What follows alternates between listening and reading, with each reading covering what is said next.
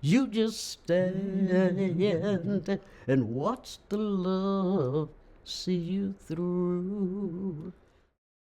Probably the first thing that we all need to learn is to love ourselves.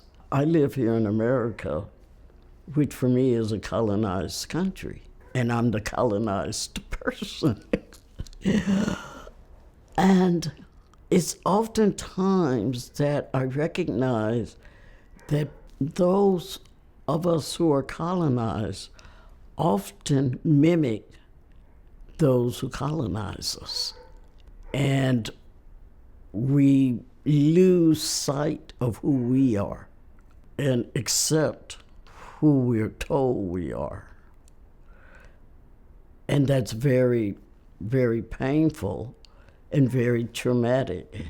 I think that the presence of trauma in all of our lives is really what's feeding our disconnection.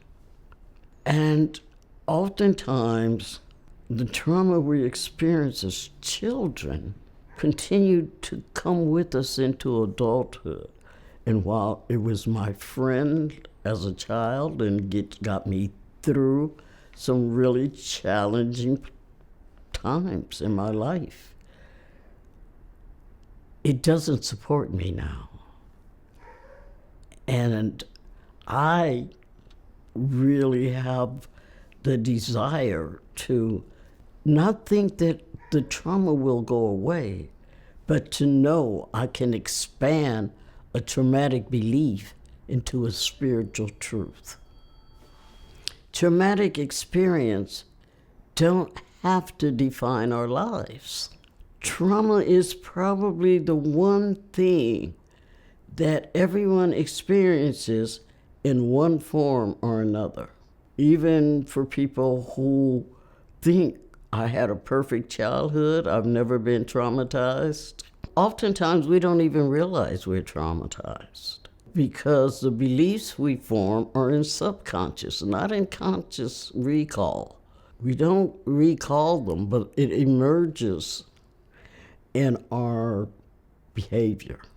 I recently did a circle or a dialogue with two students, and one student was a black girl, one student was a white boy. She was walking down a hall, and he looked at her and said, "I'm doing a video for my class. Would you be the gorilla?" She just said no and kept walking. And she did report it, and they talked to the young man and talked to his parents and asked me to talk to him about cultural competency. And I said, well, I'll talk to him, but I must talk to the girl because she was harmed. You want me to pay attention to the person who harmed, but not the person who was harmed? That's not restorative. So I did a dialogue with both of them. He honestly did not think that he was being racist or that could be conceived as racist. You know, it wasn't part of his consciousness. So I had to explain to him about implicit bias, that although it wasn't a conscious thought, you've lived 17 years in this country that has developed implicit bias that emerges in behavior like asking a black girl to be a gorilla.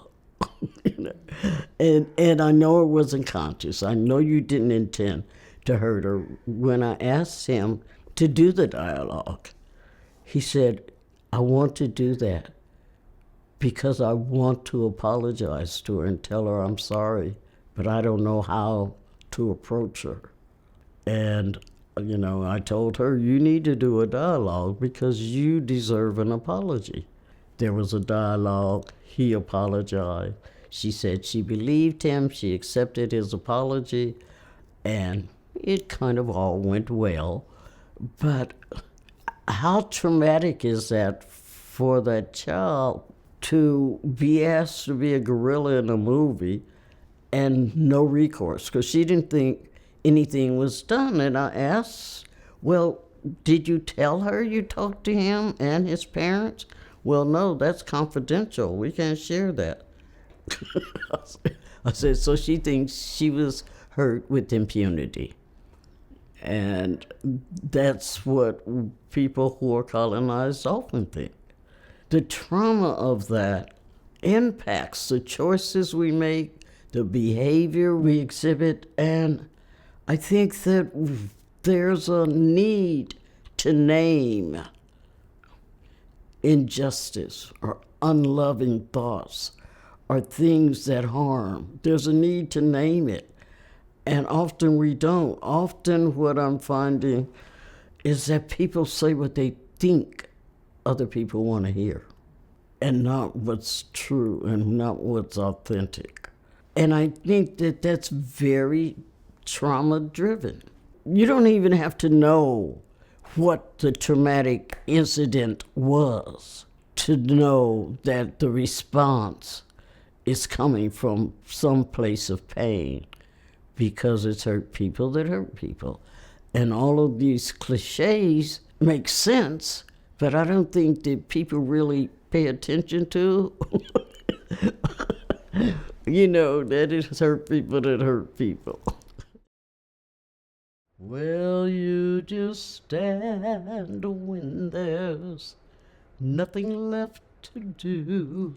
You just stand and watch the love see you through. 'Cause after you've done all you can, you just stand. Okay, very good.